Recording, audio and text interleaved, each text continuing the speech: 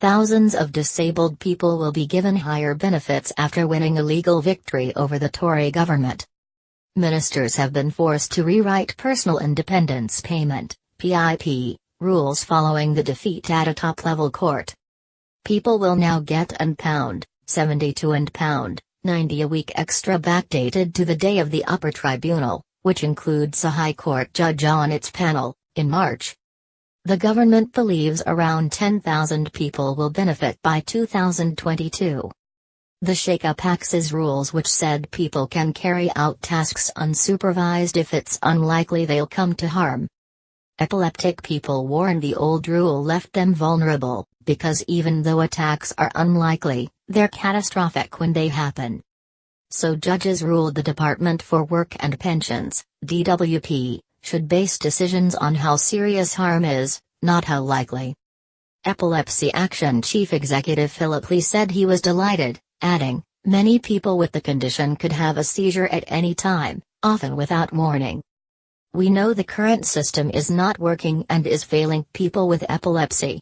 They are more likely to be refused PIP than those with any other health condition."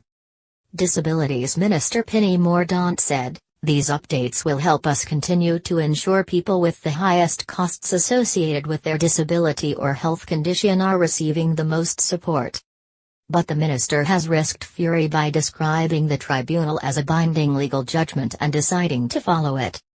When two other upper tribunals said 165,000 PIP claimants should get higher benefits, just 9 months ago, she defied the judgment.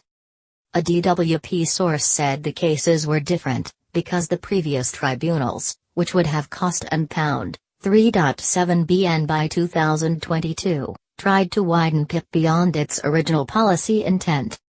For this recent judgment, we accept the policy intent was less clear, the source said. But Phil Reynolds of Parkinson's UK said, "This leaves disabled people in a really confused position about what the government might do next and what the change means for them.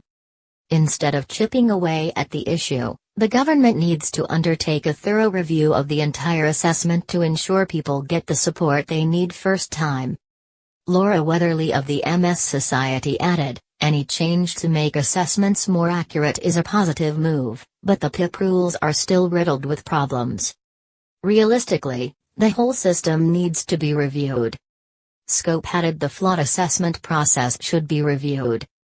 Labour Shadow Work and Pensions Secretary Debbie Abraham said, "While we welcome any increase in support for those who need PIP, this is a drop in the ocean of the funding that the courts have ruled should rightfully go to recipients.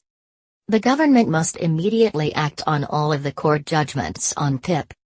Other changes today ensure people will rack up points to qualify for the benefit under both categories of communicating verbally and engaging with others, even if they appear similar. This is expected to benefit some deaf people with sign language interpreters, for example. The rules will also ensure people with mental health issues or sensory difficulties are taken into account better when judging if they should receive PIP. Joe Campion, Deputy Director of the National Deaf Children's Society, said it was an important step in the right direction, but it was ridiculous that deaf people still can't apply for PIP online.